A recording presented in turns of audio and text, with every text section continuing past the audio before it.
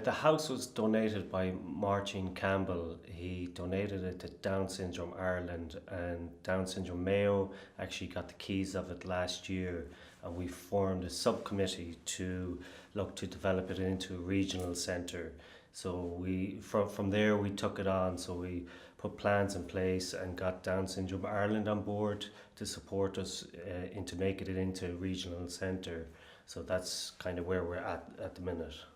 Before he died, he gave the house and 9 hectares of forestry over to Down Syndrome Ireland to develop it into some sort of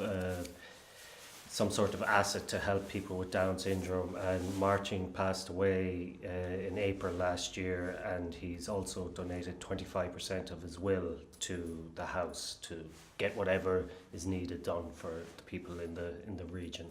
We have Rattigan Architects in Sligo, and Ian Pudney is our architect who has drawn up plans to use the house to its most potential. So we intend to convert the house into a regional centre. We'll have a physio room with an physio/OT room, a speech and language room, and then a parental viewing room in between. So kids get the best sort of therapies, and parents can learn from the therapists. We'd also like to do skip programs with the speech and language room, and then in the other side of the house we're going to have it as a large multi-purpose room where we do kind of adult training, teacher training, parent training, stuff for kind of older age groups, job preparedness, the Latch-On program, which is helping adults prepare for work and getting them job ready.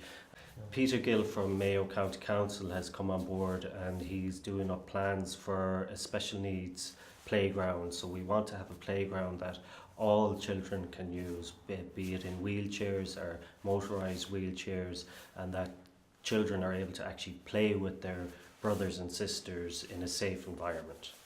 It's just off the N5 on the R375, just outside Swinford, and pretty much you can get from everywhere in Connacht here within the hour.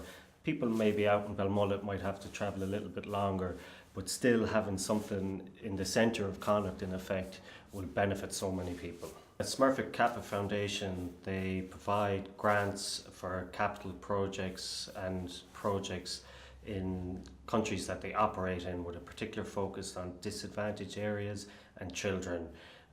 We approached them last year and told them of the project that we were looking to get up and running off the ground, and they told us to come back to them this year once we have plans in place. So our architect has done tremendous work on it, and we were able to send off our plans and what we wanted to actually achieve, and all the work that the groundwork that we've done for getting the grant. And last week we got confirmation that we got 100,000 grant, and it'll be split into 50,000 parts. So we'll get 50,000 this year and 50,000 next year. So this money will make sure that the project is completed.